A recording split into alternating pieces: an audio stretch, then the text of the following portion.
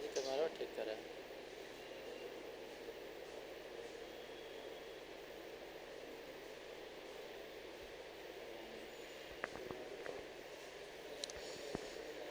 देखना इधर तुम लोग।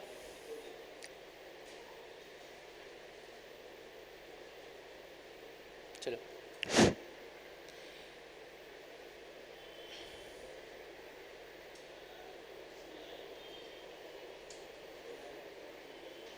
ठीक है, इधर देखना।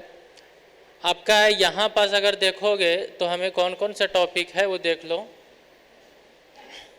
देखो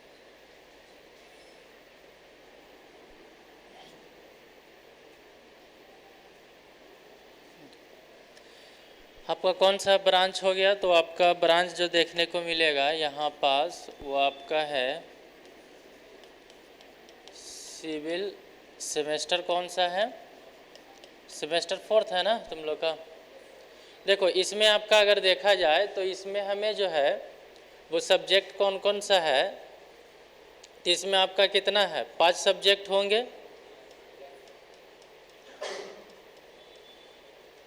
पाँच है। पहला देखा जाए तो आपका जो है वो हाइड्रोलिक्स है।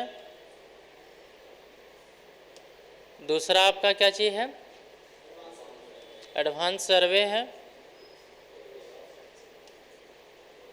एडवांस सर्वे है।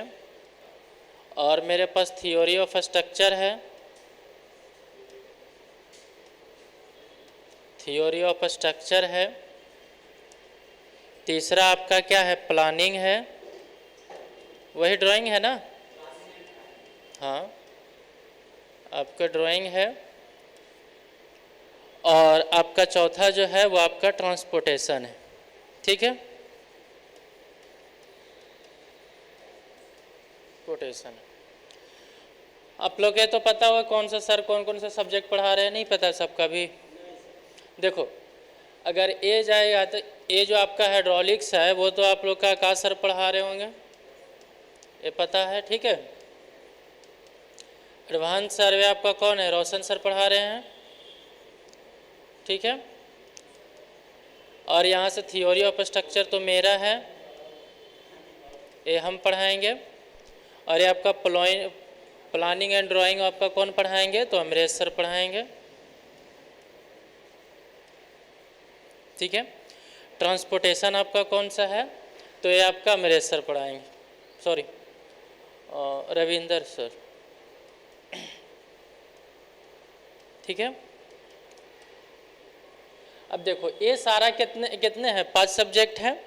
तो अभी अगर तुम लोग का अगर देखा जाए तो देखो तुम लोग का अभी जो है वो मुश्किल से कम 1 से 2 मतलब कि 1 मंथ तो आप लोग का फ्री है, जो कि आपको कॉलेज का कुछ नहीं बोलने वाला है। 1 मंथ अगर तुम लोग क्लास अभी नहीं करते हो तो कुछ तो बोलेगा नहीं। अभी 1 मंथ क्या है कि इसके बाद तुम्हारा तो समर वेकेशन है और इसके बाद छुट्टी मिलेगा ना, तो उसमें तो तुम्हारा क्लास चलेगा नहीं। ऐसे भी अभी मतलब कोई भी क्लास तुम्हारा क्लास चलाने वाला है नहीं। ठीक है, तो अगर 1 मंथ अगर देखा जाए तो देखो पिछले बार अगर थोड़ा सा फास्ट पढ़ाए होंगे तो थोड़ा फास्ट पढ़े होंगे। ठीक है, लेकिन इस बार आपका कम से कम सिलेबस जो ख़त्म करेंगे वो 2.5 या 3 महीना में। ठीक है, 2 मंथ के लगभग में। और 2 मंथ अगर रेगुलर अगर तुम क्लास कर लेते हो तो बहुत ज़्यादा नहीं, मतलब कि ठीक रहता है। जैसे कि 1 मंथ तो अभी बहुत अच्छे से कर लोगे। देखो हम लोग का क्लास तो आपका 2 से मतलब कि 2 से चालू किया गया था। एक तो आपका 24 का है और एक 1 का है। तो देखो 24 का इसलिए जल्दी चालू कर दिया गया ना कि जल्दी से सिलेबस पढ़ा करके और आप लोग का 1 मंथ या फिर 1.5 मंथ में कम से कम 50 से 60% ख़त्म कर दे। उसके बाद फिर तुम लोग कॉलेज आना होगा तो उसके बाद फिर हम कुछ पढ़ लेते। ठीक है, तो यहाँ से मेन जो टॉपिक था ना वो पहले कवर कर लेते, जितना भी मेन टॉपिक होता है जो कि दिक्कत होता है, और बाद में फिर हम ऑनलाइन देख लेते। ठीक है, तो इसमें ये है। लेकिन यहाँ तो सब 1 तारीख 2 तारीख छुट्टी में है। तो यहाँ पर देखोगे तो देखो ये जो आपका हाइड्रोलिक्स है ये भी आपका पूरा का पूरा न्यूमेरिकल पेपर अगर देखोगे तो इसमें पूरा का पूरा न्यूमेरिकल है। एडवांस सर्वे भी देखोगे तो न्यूमेरिकल ही टाइप का, मतलब इंस्ट्रूमेंट वगैरह है इसमें भी। ठीक है, इसमें भी क्या चाहिए? इंस्ट्रूमेंट है। थ्योरी ऑफ स्ट्रक्चर देखोगे तो पूरा का पूरा क्या चीज़ है? आपका न्यूमेरिकल पेपर है। तो इसमें न्यूमेरिकल पेपर अच्छा खास है। देखो प्लानिंग मतलब कि ये तो आपका ड्राइंग है। अब देखो अब अब यहाँ पास बात आ रही है कि ड्राइंग। अब देखो ड्राइंग जो है वो थोड़ा सा ऑनलाइन पढ़ना बहुत दिक्कत है। ऐसा नहीं है कि तुम ऑनलाइन में मतलब कि ड्राइंग भी बहुत अच्छे तरीके से पढ़ लोगे, तो इसमें थोड़ा सा दिक्कत होगा, चाहे कहीं भी पढ़ो ड्राइंग में थोड़ा सा दिक्कत होगा ऑनलाइन का। ये तो ट्रांसपोर्टेशन है, आपका थियोरी पेपर है, ये आप पढ़ने में आपको दिक्कत नहीं होगा, ये तो आपको ऑनलाइन ऑफलाइन जैसे भी पढ़ना है पढ़ लो। लेकिन ड्राइंग में थोड़ा सा दिक्कत हो सकता है, ठीक है। क्योंकि यहाँ पास देखो ज़्यादा व्यू नहीं हो पाता है। ऑनलाइन में कितना बताओगे, हम ऐसे करके बताएंगे, लेकिन मतलब कि जब प्लानिंग ड्राइंग रहता है तो साथ में सीट रहते हैं, उस पर कर करके क्या करना पड़ता है, बताना पड़ता है, ठीक है। तो ये आपका पांचवा आपका सब्जेक्ट है। अगर 1 मंथ देखोगे ना, तो 1 मंथ अगर तुम लोग रेगुलर क्लास कर लोगे तो लगभग में 50% तुम्हारा खत्म हो जाएगा, फिर बाकी बात फिर और कर लेना, ठीक है। तो कॉलेज उतना भी नहीं, पिछले वर्ष सब क्लास किया था, कहाँ कॉलेज, मतलब कि लास्ट में तो सब कॉलेज छोड़ छोड़ करके आ गया है।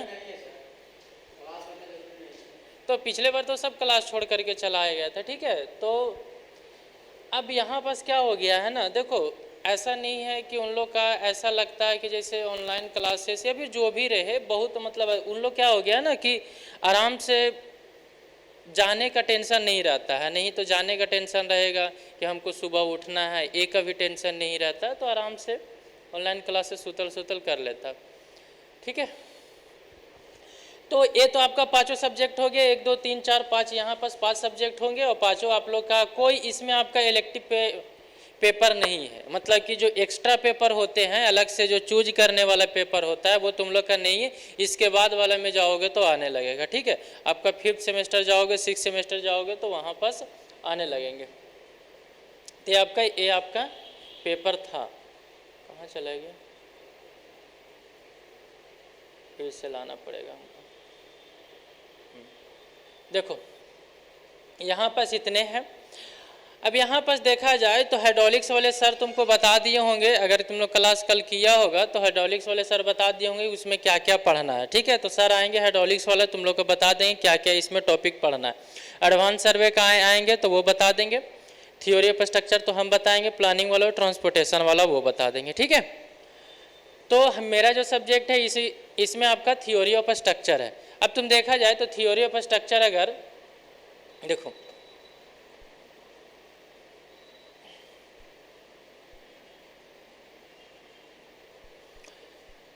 थियोरी ऑफ स्ट्रक्चर,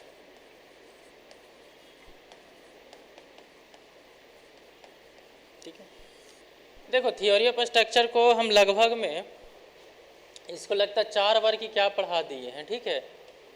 4 टाइम्स हम पढ़ा चुके हैं पीछे बार थ्योरी ऑफ स्ट्रक्चर को 4 बार के लगभग। और इसमें आपका देखो अगर इसमें बातें है कि जितना बोलेंगे बस उसी टाइप से तुम लोग का क्वेश्चन अटेम्प्ट करना है, क्योंकि इसमें थोड़ा सा सब जो है वो सिस्टमेटिक तरीके से है। पहले ध्यान से सुनो, हर एक जो टॉपिक है वो एक दूसरे से जुड़ा हुआ, बिल्कुल जुड़ा हुआ। सॉम में जो लोग हम लोग से पढ़े, मतलब कि हमसे पढ़े होंगे, तो वहाँ पर भी शॉर्ट में हम बताए थे कि जो चीज़ें आपको ज़्यादा परेशान नहीं करे, यहाँ पर भी वही है। और हर एक दूसरे से बहुत डिपेंडेंट है, हर एक यूनिट जो है वो एक दूसरे से बहुत डिपेंडेंट है। अगर तुम पहला अगर देखोगे तो तुम्हारे पास डायरेक्ट एंड बेंडिंग स्ट्रेस होगा, डायरेक्ट एंड बेंडिंग स्ट्रेस होगा सिलेबस में।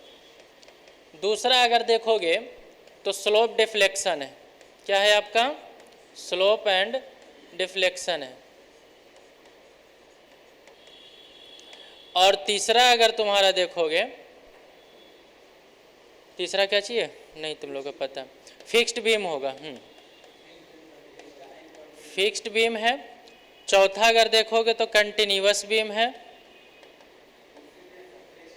हाँ उसी में लगता, सेम कर दिया है, कोई बात नहीं। और आपका फिर अगर देखोगे तो मोमेंट डिस्ट्रीब्यूशन मेथड होगा, यही है ना। और फिर लास्ट में आपका जो है वो आपका क्या है, ट्रस है। देखो पिछले बार जो लास्ट में था ना, वो यहाँ पास कॉलम डाला था, जो कि कॉलम तुम लोग का उसमें पढ़ लियो, कॉलम उसमें जो था वो सॉम में क्या कर लिए हैं, पढ़ लिए। देखो ये जो डायरेक्ट एंड बेंडिंग स्ट्रेसेस है ना, वो इसमें इसमें कोई भी सब्जेक्ट ऐसा नहीं, इसमें कोई भी ऐसा टॉपिक नहीं है जो कि दिक्कत होगा आपको समझने में या फिर बशर्ते होना चाहिए कि आपका क्लास नहीं छूटना चाहिए, नहीं तो क्लास छूट गया समझने में दिक्कत होगा। और न्यूमेरिकल पेपर में यही एक मतलब कि बहुत इंपॉर्टेंट बातें ये हो जाती है कि अगर स्लोप एंड डिफ्लेक्शन का टॉपिक चल रहा है तो स्लोप एंड डिफ्लेक्शन के स्टार्टिंग में अगर छोड़ दियो तो भाई दिक्कत होने लगेगा, क्योंकि न्यूमेरिकल पेपर में एक आपका क्लास में पूरा कंसेप्ट खत्म हो जाता है। जैसे स्लोप एंड डिफ्लेक्शन का बताएंगे तो 1 से 2 का क्लास में पूरा कंसेप्ट खत्म हो जाएंगे, फिक्स्ड बीम का बताएंगे तो खत्म हो जाएगा, कंटिन्यूअस बताएंगे तो खत्म हो जाएगा, मोमेंट डिस्ट्रीब्यूशन। ये सब जो ऐसा ऐसा टॉपिक है ना कि इसमें 1-1 2-2 क्लास में पूरा कंसेप्ट खत्म हो जाता है। फिर आप लोग प्रैक्टिस करते रहिए, और प्रैक्टिस इसमें बहुत ज़्यादा करना रहेगा। इसमें अगर डायरेक्ट एंड बेंडिंग ये जो आपका थ्योरी ऑफ स्ट्रक्चर है पूरा का पूरा न्यूमेरिकल आपका आएगा, थ्योरी नहीं आने वाला है, ये तो हम पहले आपको हम बता देते हैं, पूरा न्यूमेरिकल रहेगा। और दूसरी बात यह है कि इसमें हर एक क्वेश्चन आपसे बन जाएंगे एग्जाम में, जब हम बताएंगे तो यहाँ से हर एक क्वेश्चन आएगा। पिछले बार भी 66-65 के लगभग में नंबर लाया था स्टूडेंट ने, ठीक है। तो यहाँ पर हर एक जो होंगे वो आपको कहीं ना कहीं टॉपिक बन जाएंगे, लेकिन यहाँ पर स्टूडेंट का यही दिक्कत होता है, हम बार बार बोलते रहते हैं कि तुमको क्वेश्चन बनाने से ज़्यादा इम्पोर्टेंट है कि इसमें तुम स्पीड बढ़ाओ। क्या करो, इसमें स्पीड बहुत ज़रूरी है इसमें। क्यों? क्योंकि इसमें क्वेश्चन जो बनते हैं वो थोड़ा सा लॉन्ग बनता है। अब जब लॉन्ग बनेगा तो तुम एक ही क्वेश्चन में अगर जो ज़्यादा टाइम दे दोगे तो आगे तो तुम्हारा दिक्कत होने वाला है, होगा कि नहीं होगा। तो इसमें मेन इंपॉर्टेंट होता है कि थोड़ा सा फास्ट रखो, जो आपका फास्ट कैलकुलेशन वगैरह ये चीज़ है। तो इसमें जो है वो स्पीड को बहुत ज़रूरी है कि आप मेंटेन रखिए। बहुत सा लड़कन छोड़ देता है लास्ट वाला जा करके, हम बार बार बोलते हैं, आ जाओ, हम बार बार बोलते हैं कि स्पीड को इंक्रीज करो इस चैप्टर में, क्योंकि हम बार बार पढ़ा रहे हैं, बार बार वही बात आता है, सर सब क्वेश्चन हमको आ रहा था लेकिन लास्ट में एक क्वेश्चन छूट गया, टाइम ही नहीं मिल रहा था, ठीक है। तो ये चीज़ें एक्सक्यूज देना बंद करो, और जितना भी चीज़ें बताएं उसको फास्ट में। और हम तुम लोग का ऐसा है कि इसमें जितने भी कैलकुलेशन आएंगे हम उसको खुद फास्ट तुम लोग का बताएंगे कैसे फास्ट बनेगा इसमें, क्योंकि इसमें जो कैलकुलेशन होते हैं वो थोड़ा सा अलग अलग तरीके के रहते हैं, तो उसको हम ट्रिकी वे में बता देंगे कि आपको कैसे सोल्व करना है, ठीक है। कोई आपका बहुत ज़्यादा दिक्कत नहीं है कि पूरा न्यूमेरिकल है सर, फिक्स्ड बीम है, कंटिन्यूअस है, तो कैसे कैसे सोल्व होगा। बहुत आसान से है और बहुत तरीके पे शॉर्ट हम बताएंगे, शॉर्ट तरीके से ही अपना करके वहाँ पर करना है। कंसेप्ट तो हम पूरा बताएंगे और फास्ट कैसे बनाना वो बताएंगे। तो पहला चैप्टर आपका डायरेक्ट एंड बेंडिंग स्ट्रेस है, स्लोप एंड डिफ्लेक्शन। अब ध्यान से रखना कि जब हम पहला चैप्टर चालू करेंगे इसमें आपका कौन कौन से फॉर्मूले याद होंगे वो हम आपको थोड़ा सा बता देते हैं। देखो डायरेक्ट एंड बेंडिंग स्ट्रेसेस में है, सबसे पहले आप लोग दिमाग में ये रखना कि क्लास नहीं छोड़ना। पहली बात हम ध्यान से ये रखो इम्पोर्टेंट कि जिस दिन हम बोलेंगे कि सर हम मतलब कि पहले ही बता देते हैं, ठीक है, कि किस दिन आपको क्लास नहीं छोड़ना है। पिछले बार में पढ़ा रहे थे तो बता दिए थे कि इस दिन तुम लोग क्लास नहीं छोड़ना, और जितने लोग अगर एब्सेंट हो रहे हो किसी वजह से तो हम उस दिन स्टार्ट नहीं करते, ठीक है। तो डायरेक्ट एंड बेंडिंग स्ट्रेसेस का था स्लोप एंड। तो देखते हैं पहला हम मतलब समझने की कोशिश करते हैं कि पहले में आपका कौन कौन से कंटेंट है इसमें, ठीक है। देखो अब यहाँ पर देखोगे ना तो फिक्स्ड बीम, कंटिन्यूअस बीम और मोमेंट डिस्ट्रीब्यूशन में था, ये तीनों जो है ना वो एकदम एक दूसरे का सिमिलर है। इसमें हर एक का SFD BMD सब मतलब कि सेम जैसा बनने लगेगा। तो यहाँ से 1 2 3 ये तीनों एक जैसा का डिपेंड है। फिक्स्ड बीम में दिक्कत होगा तो कंटिन्यूअस में भी दिक्कत होगा, मोमेंट में भी दिक्कत होगा। इसीलिए पहले याद रखो कि जितना भी टॉपिक है यहाँ से एकदम कंटिन्यूअस क्या करो, बहुत अच्छे से पढ़ लो, क्लास एब्सेंट नहीं करना। और ये ट्रास आपका तो अलग से चैप्टर है, इससे आपका कोई लेना देना नहीं है। देखो ई जो है वो इससे किसी को लेना देना है नहीं। स्लोप एंड डिफ्लेक्शन जो है वो ई मतलब कि slope and deflection fixed beam में भी निकालना पड़ता है, तो भाई यहाँ पर भी काम आ जाता है। यानी कहने का मतलब ये है कि ए और ए तो इंडिपेंडेंट है, लेकिन ये सब जो चारों जो है वो आपका इंडिपेंडेंट नहीं है, कहीं ना कहीं एक दूसरे पे डिपेंडेंट, ठीक है। इतना चीज़ें दिमाग में रखना बहुत अच्छे से। अब देखते हैं कि जो आपका डायरेक्ट एंड बेंडिंग स्ट्रेसेस में थे तो इसमें आपका कौन कौन सा टॉपिक है जो कि हमको कवर करना है, ठीक है।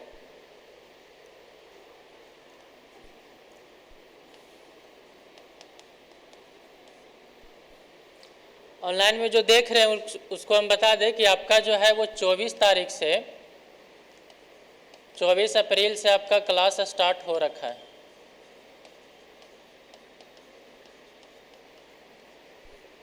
चौबीस अप्रैल से क्लास आपका स्टार्टेड है। देखो यहाँ से यूनिट आपका 1 में अगर हम देखा जाए तो जैसे में कि आपका डायरेक्ट एंड बेंडिंग स्ट्रेस है, डायरेक्ट एंड बेंडिंग स्ट्रेस है।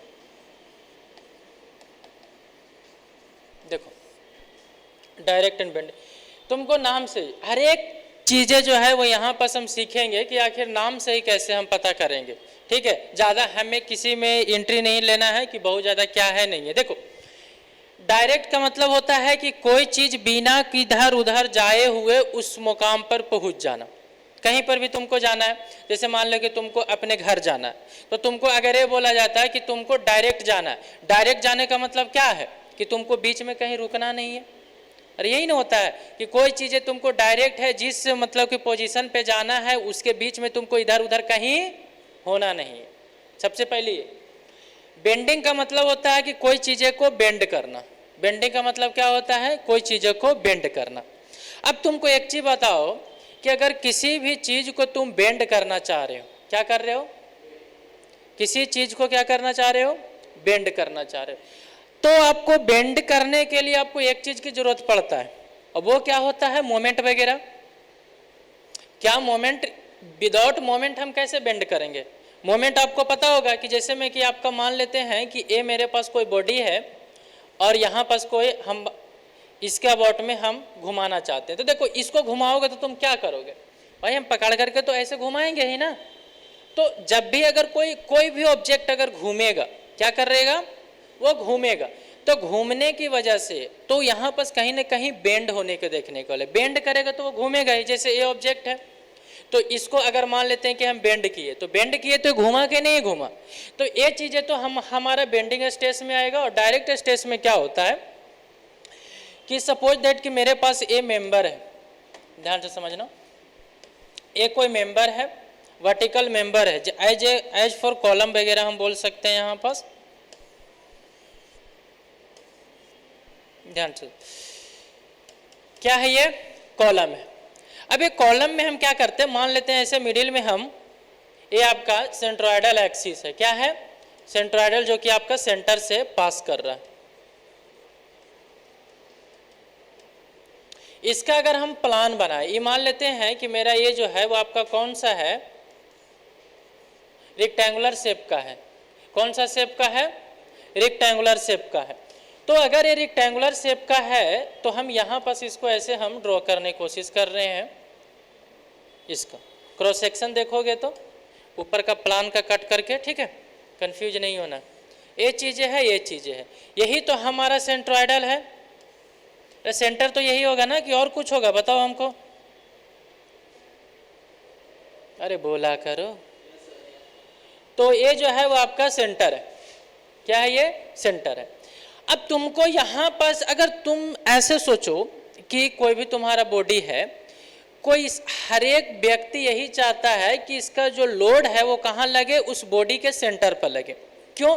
क्योंकि हर एक तरफ डिस्ट्रीब्यूट हो जाता है और थोड़ा सा प्रॉब्लम ज़्यादा क्रिएट नहीं होता। जैसे यही तुम्हारा कोई ऑब्जेक्ट है, सोचो कि अगर हम इसको सेंटर पे लोड लगाएं तब ज़्यादा फायदेमंद होगा कि इधर तिरछे लगाएं तब ज़्यादा फायदेमंद होगा? तो मैं बताओ कि अगर हम इसको तिरछे लगाएंगे तो ज़्यादा लोड सह पाएगा?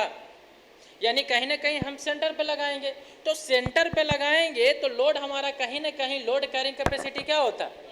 ज़्यादा होता है। ये तो तुम लोग का भी पता होगा कि अगर सेंटर पे लगाएंगे तो बहुत अच्छे से हमको ज़्यादा लोड देखने को मिलेगा। तो देखो, अगर आप सेंटर पे सिर्फ लोड लगा रहे हो, कहाँ लगा रहे हो? सिर्फ सेंटर पे लोड लगा रहे हो, तुम कहीं भी नहीं लगा रहे हो। मिडिल में अगर सेंटर पे तुम लोड लगा रहे हैं, हम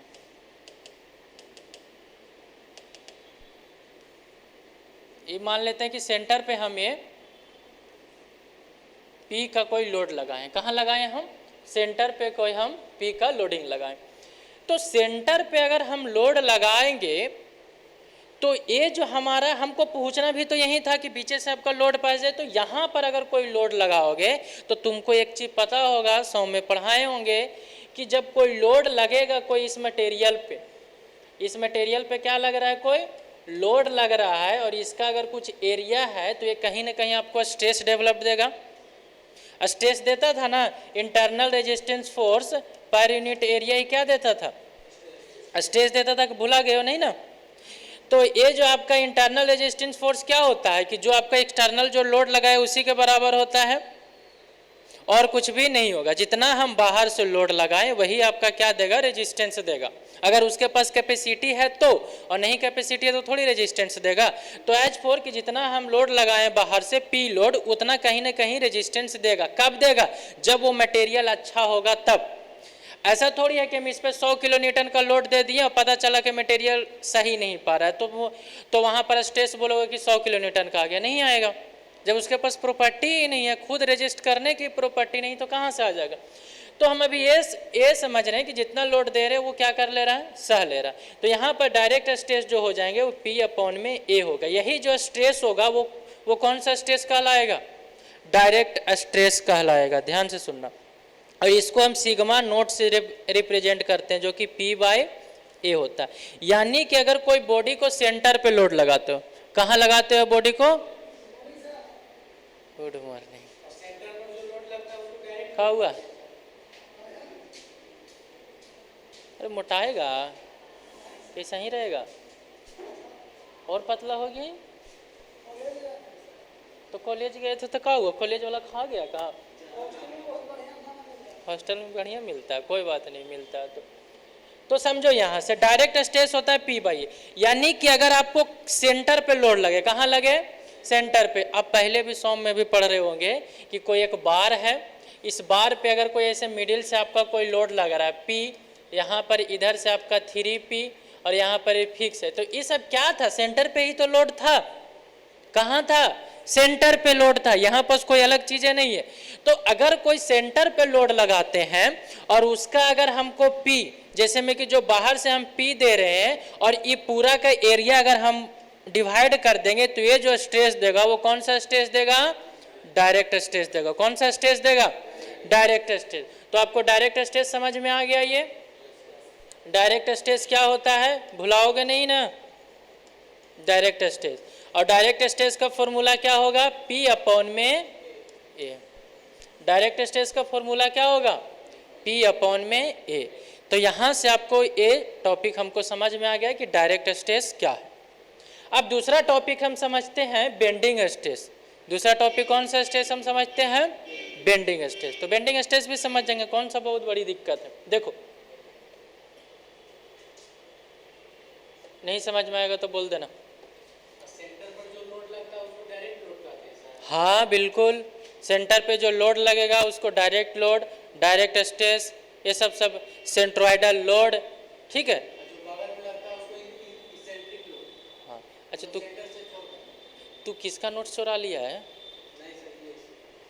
हाँ तो फिर देखो इधर, नहीं तो किसी के पास होगा मेरा लिखवाया हुआ नोट्स तो रख लेना। चलो यहाँ पास हम ये तो यहाँ पर समझ गए कि आपका जो हम सेंटर पे लोड लगेगा उसकी वजह से आपका कौन सा स्ट्रेस होगा, डायरेक्ट स्ट्रेस होगा। अब यहाँ पास हमें दूसरी जो बातें हैं वो हमको पता है कि दूसरी हमें जो बातें समझना है वो कौन सा स्ट्रेस समझना है, अरे कौन सा स्ट्रेस समझना है, बेंडिंग स्ट्रेस।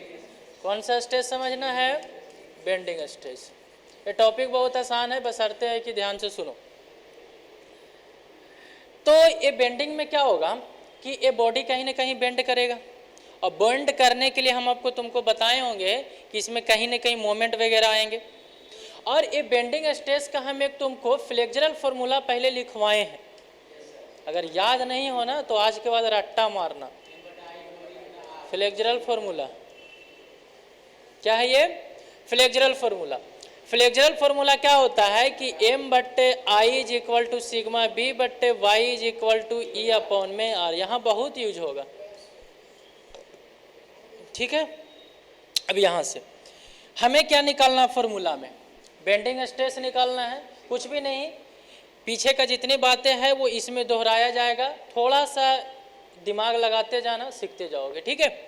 तो यहाँ पर M/I सिग्मा B/Y, तो ई दोनों का हम कुछ कम्बिनेशन करते हैं। बेंडिंग स्ट्रेस हमको निकालना है तो सिग्मा बी निकालते, तो sigma B is equal to M into में वाई अपॉन में क्या हो जाएगा आई, अरे होगा हाँ। अब आगे यहाँ से देखोगे तो अगर हमारा बेंडिंग स्ट्रेस अगर तुम देखोगे तो m इंटू में y अपॉन में क्या हो गया आई। अच्छा तुमको एक चीज और पता होगा कि i अपॉन में y जो होता है वो समथिंग कुछ होता है, हाँ i अपॉन में y। अगर कोई ऑब्जेक्ट है यहाँ से जैसे ये है, ठीक है, और ये कोई रेक्टेंगुलर फिगर है और इसका आपका i आपको पता है और यहाँ से यहाँ जो डिस्टेंस जो टॉप फाइबर का डिस्टेंस था इसी को तो y बोलते थे, तो i अपॉन में y जो होता है वो कहीं ना कहीं आपको सेक्शन मॉडुलस z, अरे क्या है z, यानी कि sigma b is equal to यहाँ से निकल के आ गया m अपॉन में z, तो पहले भी पढ़े थे, यहाँ पर उसको अप्लाइड करना है, क्या करना है अप्लाई करना, इसलिए बोले टोटल का टोटल एप्लीकेशन है यहाँ पर।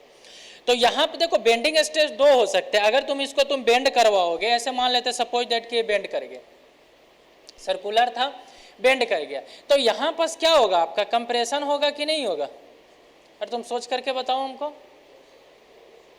अब तुमको पता चलेगा सर कैसे कंप्रेशन होगा, तो समझो अगर कोई लेंथ है, मान लेते हैं कि यहाँ से पहले इसका लेंथ क्या था एल लेंथ है, कौन सा लेंथ है, कौन सा लेंथ है एल लेंथ है। अब तुम सोचो कि ई वाला जो लेंथ है वो एल डैश लेंथ है और ए वाला जो लेंथ है वो एल डबल डैश लेंथ है। तुम हमको ये बताओ कि ऐसा तुमको लग नहीं रहा है कि ई वाला जो लेंथ है वो कम रहा है और ई जो लेंथ है वो बढ़ रहा है, यानी कि यहाँ वाला देखोगे तो L dash greater than L है और यहाँ वाला देखोगे तो लेस देन एल है। तो अगर कोई लेंथ में कमी होता है तो पहले भी पढ़े हैं हम कि अगर लेंथ में कमी हो रहा है तो क्या होगा कंप्रेशन, तो लेंथ में कमी होगा तो क्या होगा कंप्रेशन, लेंथ में इंक्रीमेंट होगा टेंशन, सिंपल सा बात है। तो यहाँ पास आपको कहीं ना कहीं क्या लग रहा होगा कि कंप्रेशन हो रहा हो, यहाँ पास क्या लग रहा होगा आपको टेंशन हो रहे होंगे, कौन सा हो रहे होंगे टेंशन हो रहा होगा। तो ये चीजें आ रहा है, तो देखो यहाँ पास एक तरफ जो है वो कंप्रेशन हो रहा है, दूसरी तरफ क्या हो रहा है टेंशन हो रहा है, लेकिन स्ट्रेस तो दोनों तरफ, एक तरफ टेंसाइल स्ट्रेस और सॉरी एक तरफ टेंसाइल स्ट्रेस और एक तरफ क्या होगा कंप्रेसिव स्ट्रेस। अगर यहाँ पर देखा जाए तो sigma B is equal to ऐसे लिख सकते हैं प्लस माइनस एम बट्टे जेड, यहाँ पास प्लस माइनस एम बट्टे जेड, यानी कि टेंसाइल भी हो सकता है कंप्रेसिव भी हो सकता है। थोड़ा सा एक पॉइंट नोट करना वो ये है कि हम जो यहाँ पास साइन कन्वेंशन यूज करेंगे, यहाँ पास साइन कन्वेंशन बहुत प्रकार से चेंज करेंगे और उसको तुमको दिमाग में रखना है, ठीक है। साइन कन्वेंशन जो हम यूज करते हैं हम अपना सूटेबिलिटी के अनुसार यूज करते हैं, किसके लिए यूज करते हैं कि जो हमको ज़्यादा बेटर तरीके से सूटेबल हुए वैसी का हम क्या करते हैं साइन कन्वेंशन यूज करते हैं। तो पीछे जो हम कहीं ना कहीं जो साइन यूज करते आते हैं वो टेंशन को पॉजिटिव नहीं, टेंशन को क्या लेते हैं नहीं नेगेटिव लेते होगे, क्या लेते तुम लोग कंप्रेशन को नेगेटिव लेता था पहले, चलो कोई नहीं, यहाँ पर हम देखेंगे। तो यहाँ पर आपको दो चीज़ें तो है, वो एक आपका कंप्रेशन है और दूसरा क्या है आपका टेंशन। यहाँ से आपका प्लस माइनस एम बटे जेड, तो बेंडिंग स्ट्रेस यहाँ पर दो हो सकता है एम और क्या हो सकता है जेड। अब तुमको एक चीज़ बताओ कि हमें तो निकालना है बेंडिंग स्ट्रेस, प्लस माइनस को तो बात तो वो तो सिर्फ खाली प्लस रखना माइनस, इसका तो कुछ काम है नहीं। अब समझो कि डायरेक्ट स्ट्रेस का तो फॉर्मूला हम पढ़ लिए कि वो होता है कि P अपॉन में A कर लेंगे तो डायरेक्ट स्ट्रेस हो जाएगा। मोमेंट का आपको फॉर्मूला क्या पता होता है, अरे मोमेंट का डिफिनेशन बताओ। कोई बॉडी है उस पर कोई परपेंडिकुलर फोर्स लग रहा है और जिसके अबाउट लेना चाहते हो वहाँ का डिस्टेंस ले लो, यानी कि फोर्स इनटू में परपेंडिकुलर डिस्टेंस, अरे यही ना। समेशन ऑफ मोमेंट नहीं होगा, समेशन ऑफ मोमेंट वो फिर BMD में चलता है, बेंडिंग मोमेंट डायग्राम में। फोर्स इनटू में परपेंडिकुलर डिस्टेंस यही ना होता है मोमेंट। जैसे में कि ये मान लेते हैं कि मोमेंट कितना है, यहाँ से यहाँ आपको 6 किलो न्यूटन का लग रहा है, ये 2 मीटर का दूरी है, तो ये दोनों को गुना कर दो 6 इंटू में 2 यानी कि 12 न्यूटन मीटर, अरे यही ना होगा। तो यहाँ से गुना कर दोगे तो निकल जाएगा मोमेंट। अच्छा ये जेड तुमको पता है कि नहीं पता है सेक्शन मॉडुलस, तो तुम लोग सब पढ़ करके आना कल, जब जाओगे घर है तो ये सब जितना भी सेक्शन मॉडुलस बताए हैं इस सेक्शन मॉडुलस पढ़ के, तो यहाँ से कहीं ना कहीं आपको ऐसा लग रहा है कि ये आपको पता है, ये जेड पता है, ये तो बेंडिंग स्ट्रेस तो बहुत आसानी से निकाल लेंगे। तो हाँ बिल्कुल बहुत आसानी से ही निकाल लेते, इसमें कोई बहुत बड़ी बात नहीं है कि बहुत अलग चीज़ है। बशर्ते हो सकता है कि जितना सिंपल तरीक़ों से समझोगे उतना ज़्यादा होगा, जितना जटिल बनाओगे उतना जटिल होते जाएगा। तो अब तक मैं दो चीज़ें कि डायरेक्ट स्ट्रेस का फॉर्मूला P/A, बेंडिंग स्ट्रेस का फॉर्मूला M/Z, यहाँ तक सबको क्लियर है, कोई दिक्कत नहीं है। अब यहाँ पास इसमें बहुत एक इम्पोर्टेंट, बस एक ही टॉपिक को पढ़ाते हैं, इसमें एक बहुत सा इम्पोर्टेंट आ जाता है कि आखिर ये जो मोमेंट आता है वो किसकी वजह से आता है, कैसे आता है, उसके बारे में हम समझते हैं। वो तो सबको पता है कि बिना फोर्स की वजह से तो कुछ होगा नहीं यहाँ पास, ठीक है। तो देखो हम यहाँ पर 2-3 डायग्राम बनाते हैं।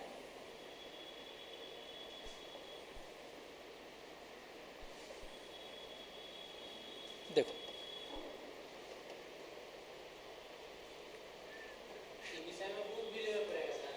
ना भाई ना,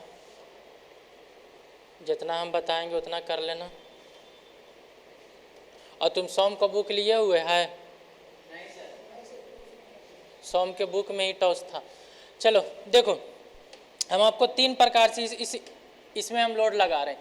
एक तो दम बीचों बीच मिडिल में लोड लगाएंगे, कहाँ लगाएंगे, मिडिल में लोड लगा रहे हैं।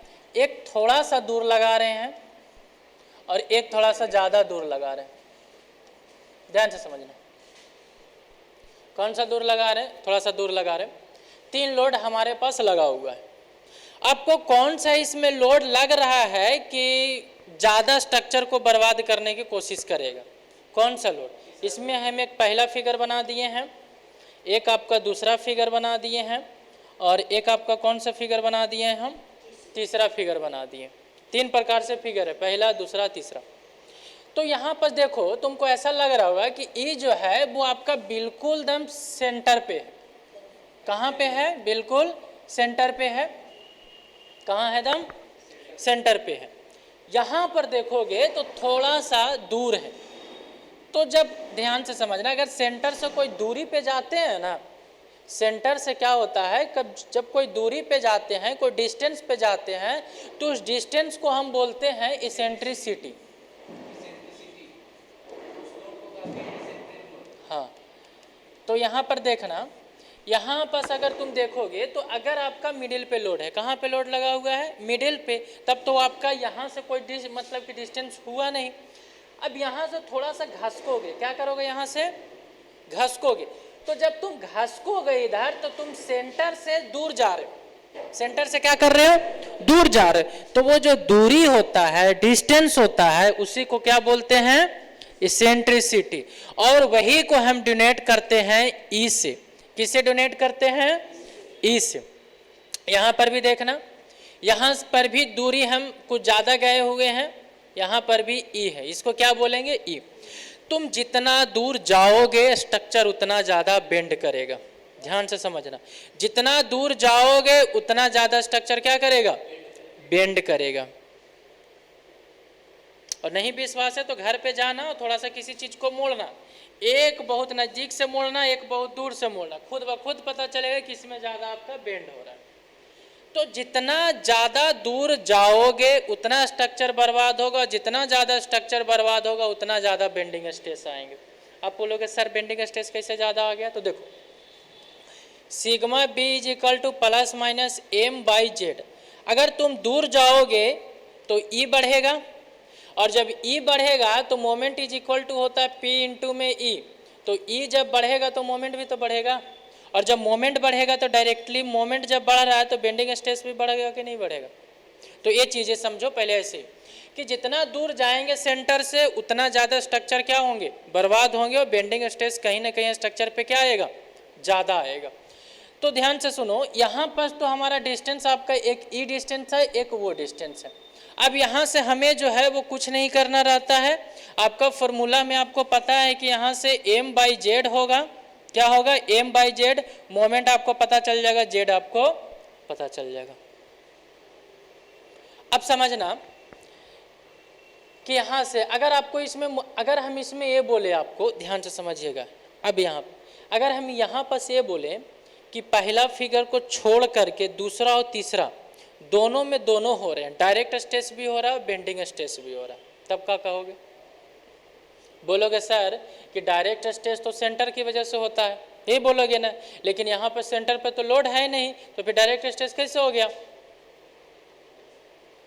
थोड़ा सा दिक्कत वाली बात है। यहाँ पर भी बोलोगे कि सर आप जो बोल रहे हैं कि यहाँ पर दोनों होगा, डायरेक्ट स्ट्रेस भी होगा और दूसरा क्या होगा, बेंडिंग स्ट्रेस भी होगा। यहाँ पर भी दोनों होगा, डायरेक्ट स्ट्रेस भी होगा और दूसरा जो होगा वो बेंडिंग स्ट्रेस भी होगा। तो बेंडिंग तो तुम लोग को समझ में आ रहा होगा कि सर मोमेंट आ रहा हो रहा है, लेकिन डायरेक्ट स्ट्रेस कैसे आ रहा है? तुम लोग का नहीं दिख रहा है ना, नहीं दिख रहा है डायरेक्ट स्ट्रेस, तो डायरेक्ट स्ट्रेस हम दिखा रहे हैं, कैसे होगा देखो।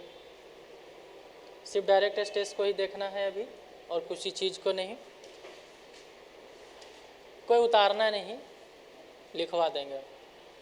अब देखो यहाँ पास ये चीज़ें है,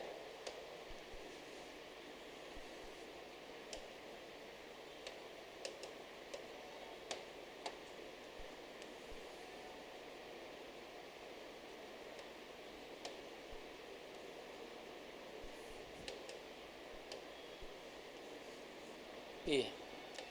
अब तुम समझो यहाँ पास देखो, अच्छा तुम हमको एक चीज़ बताओ, तुम खुद बताना, अगर हम सेंटर पे ऊपर से एक ऐसा लोड लगा दें और नीचे भी ऐसा ही लोड लगा दें, एक मिनट, नीचे भी हम ऐसा ही लोड लगाएं, तुमको कोई तकलीफ है? दोनों का मैग्नीट्यूड सेम है, बताओ हमको।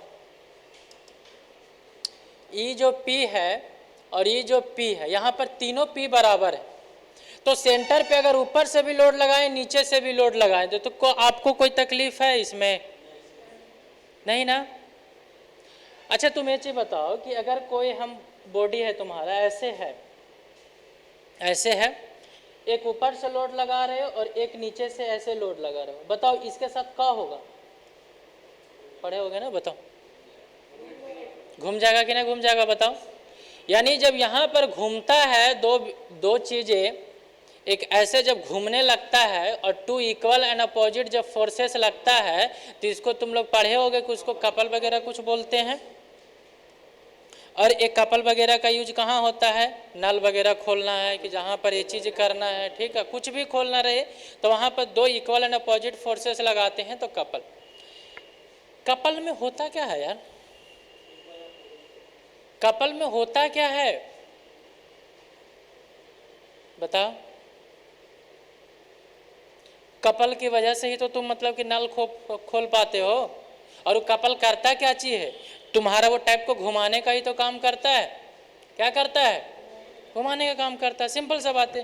तो ये कहीं ना कहीं आपको क्या देगा? मोमेंट देगा। अरे कपल देता क्या है? मोमेंट, घुमाता है आपका, यही कि और कुछ इसका काम है। भाई तुमको नल खोलना है तो नल को कबाड़ने में थोड़ी मदद करेंगे कि हम ऐसे खोल रहे नल कबड़ गया, वो तो आपका क्या देता है ये। तो कपल का जो बात है वो कपल क्या करता है? आपको घुमाने का बात करता है। किसका बात करता है? वो घुमाने का, और कुछ नहीं इसका काम है। भाई ये घुमा देगा। अब तुमको हमें बताएं कि घुमाएगा कैसे, जरा बताना। तो तुम हमको एक चीज बताओ कि एक फोर्स यहाँ लग रहा है, एक फोर्स यहाँ लग रहा है। ध्यान से समझना, तुम्हारे पास तीन फिगर हम दे रहे हैं। एक थोड़ा सा डिस्टेंस, एक ऊपर से ऐसे लग रहा है, एक ऐसे लग रहा है, एक बहुत बड़ा सा है, एक ऐसे लग रहा है, एक ऐसे लग रहा है, एक और बहुत सा बड़ा सा है, एक ऐसे लग रहा है और एक ऐसे लग रहा है। और बीच में हमारा हिंज कर करके, और जैसे झूला होता है ना वो वाला दोनों तरफ वाला, ये बीच में हम हिंज जॉइंट ऐसे लगा दे रहे हैं। ऐसे हम नहीं, वो मतलब कि घुमाने वाला टाइप का, जिसको हम ऐसे घुमा सकते हैं। ये तो हिंज लगा देंगे तो घूम नहीं पाएगा, समझो। अब इसको मान लेते हैं कि ऐसे रख करके, और इसको तुम ऐसे घुमाना चाह रहे हो। क्या करना चाह रहे हो? ऐसे हम घुमाना चाह रहे हो। तो बताओ कि किस में ज़्यादा ये रोटेट करेगा? जैसे कि कोई झूला वगैरह होता है ना, झूला वगैरह, अब झूला जितना बड़ा है और एक बहुत सा छोटा है, किस में ज़्यादा आपको ज़्यादा मतलब कि अगर तुम घुमाओगे तो किसके अंदर ऐसा तुमको लग रहा है कि अगर वो झूले को तुम रोकना चाहोगे तो जल्दी रुकेगा नहीं? कौन सा, बड़ा वाला, छोटा वाला, या फिर बड़ा वाला? बड़ा वाला नहीं रुकेगा ना। यहाँ पर समझो बड़ा वाला क्यों नहीं रुकेगा, सेंटर से डिस्टेंस बहुत ज़्यादा होता है, और फिर जब डिस्टेंस ज़्यादा होगा तो मोमेंट वगैरह ज़्यादा होंगे, मोमेंट ऑफ इनर्शिया ज़्यादा होगा, मोमेंट ऑफ इनर्शिया ज़्यादा होगा, नहीं रुक पाएगा। तो यहाँ पर सोचो ये डिस्टेंस तो बढ़ा दोगे, ये डिस्टेंस बढ़ा दोगे, ये कुछ ज़्यादा ही रोटेट करेगा, यहाँ पर तुम कम कर दोगे, यहाँ पर कम कर दोगे, यहाँ पर क्या हो जाएगा, मोमेंट कहीं ना कहीं कम जाएंगे यहाँ पर। तो तुम देखना कि अगर यहाँ पर कोई व्यक्ति ऐसे भी खड़े हो जाते हैं, जैसे में कि दो तरीके से, एक तो है कि इधर का अगर तुम डिस्टेंस कम कर दियो, ध्यान से समझना, तुम एक यहाँ पर आ गए और ये यहाँ पर है, तो ये बॉडी तुम्हारा मेंटेन कब होगा पता है, नहीं, यहाँ पर अगर डिस्टेंस अगर ई है और यहाँ पर डिस्टेंस अगर E1 है, और ये दोनों को अगर आपको मेंटेन करना है, और ये दोनों का वेट अगर P1 है और एक का वेट P2 है, और ये दोनों को मेंटेन करना है, तो क्या आपको इंक्रीज करना पड़ेगा, बोलो, दोनों को अगर बैलेंस करना तो क्या करना पड़ेगा, फोर्स को इंक्रीज करना पड़ेगा। यानी कि अगर हमको कहीं ना कहीं ध्यान से समझना कि अगर कहीं ना कहीं कुछ टॉपिक ऐसे आते हैं कि मेरे पास फोर्स कम है, लेकिन अगर हम डिस्टेंस को इंक्रीज कर दिए, क्या कर दिए, फोर्स कम है और डिस्टेंस को इंक्रीज कर दिए, तो वो इफेक्ट उतना ही करने लगेगा, ठीक है, या फिर कम कर दिए तो इफेक्ट करने लगेगा। अब यहाँ पास ये दो बॉडी को अगर हम घुमा रहे हैं, ऐसे घुमा रहे हैं, तो जितना दूर रहेगा उतना ज़्यादा तकलीफ होगा, अरे बहुत मतलब कि जितना ज़्यादा अगर दूर रहेगा उतनी ज़्यादा स्ट्रेस डेवलप्ड होगा, यानी कि इसको नुकसान करने की कोशिश करेगा। जैसे में कि यहाँ पर हम आपको बताए थे कि जितना ये दूर रहेगा उतना ज़्यादा तकलीफ देगा, यहाँ पर बेंडिंग स्ट्रेस ज़्यादा होगा, स्ट्रक्चर ज़्यादा बर्बाद होगा। लेकिन यहाँ पर अगर हम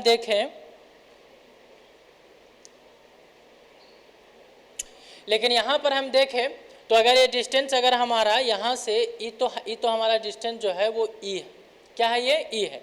ई जब दो अपोजिट फोर्सेस ऐसे लगते हैं तो इसको हम क्या बोलते हैं, कपल बोलते हैं। अब यहाँ पर हम अगर ये दोनों बातें को समझे, अभी सारे बातों को भूल जाओ और यहाँ पर देखो, यहाँ पर देखो कि अगर हम सिर्फ ये दो बातें को समझने की कोशिश करें, ये क्या कर रहा है, ऐसे ही तो लग रहा है, देखो तो ऊपर से एक लग रहा है और एक यहाँ से ऐसे लग रहा है, और ये पी है और ई पी है, लग रहा है कि नहीं लग रहा है, बताओ। तो ये क्या कर रहा है, कपल दे रहा है, क्या कर रहा है ये, कपल। और ये जब कपल दे रहा है इसका मतलब ये घुमाने की कोशिश कर रहा है, अरे क्या कर रहा है ये, घुमाने की कोशिश कर रहा है। अब ये घुमाएगा कितना,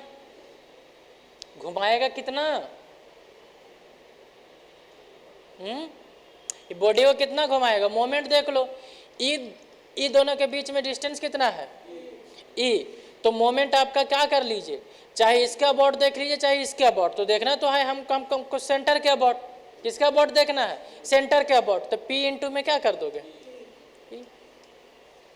तो ई दोनों का काम होता है घुमाना, ई दोनों का क्या काम होता है, घुमाना। लेकिन एक और बच जाता है ना यहाँ पास, तो यही जो होता है वो आपको क्या दे देगा, डायरेक्ट स्ट्रेस P अपॉन में A। अब तुम बोलोगे सर ये ऐसे काहे किए, तो देखो ऐसे इसलिए क्यों है, क्योंकि एक मेथड होता है जिसमें क्या होता है कि अगर आपको दूर का कोई व्यक्ति अगर यहाँ पर बैठा हुआ है ना, तो पता नहीं चल पाता कि क्या क्या खलबली मचा रहा है, तो उसको जानने के लिए तुम ऐसा करो, और जब तुम ऐसा करोगे खुद ब खुद पता चल जाएगा कि वो कर क्या रहा है। तो ये दोनों मिल करके क्या कर रहे हैं, ध्यान से समझना, ये दोनों मिल करके स्ट्रक्चर को घुमाने का काम कर रहा है, बेंडिंग स्ट्रेस डेवलप्ड कर रहे हैं। लेकिन एक और मेरे पास लोड निकाल के आ जाता है, ये ऊपर वाला, ये आपको क्या कर रहा है, उसको दबाने की कोशिश कर रहा है, तो दोनों डेवलप्ड होते हैं। तो यहाँ पर कभी भी अगर आपको ये लिखा रहा हो कि यहाँ पर अगर पी लोड बाहर की ओर लोड लगा हुआ है, जैसे ऐसे लगा हुआ है, तो ऐसा नहीं समझना कि सिर्फ बेंडिंग ही देगा, नहीं, ये बहुत खतरनाक होगा। बेंडिंग तो देवे करता है, एक्सियल भी लोडिंग लगा देता है, जो कि आपको दिखता नहीं है। लेकिन वहाँ पास हम देखें कि यहाँ पास और लोड का इंटेंसिटी वही रहेगा, लोड का चेंज नहीं करेगा।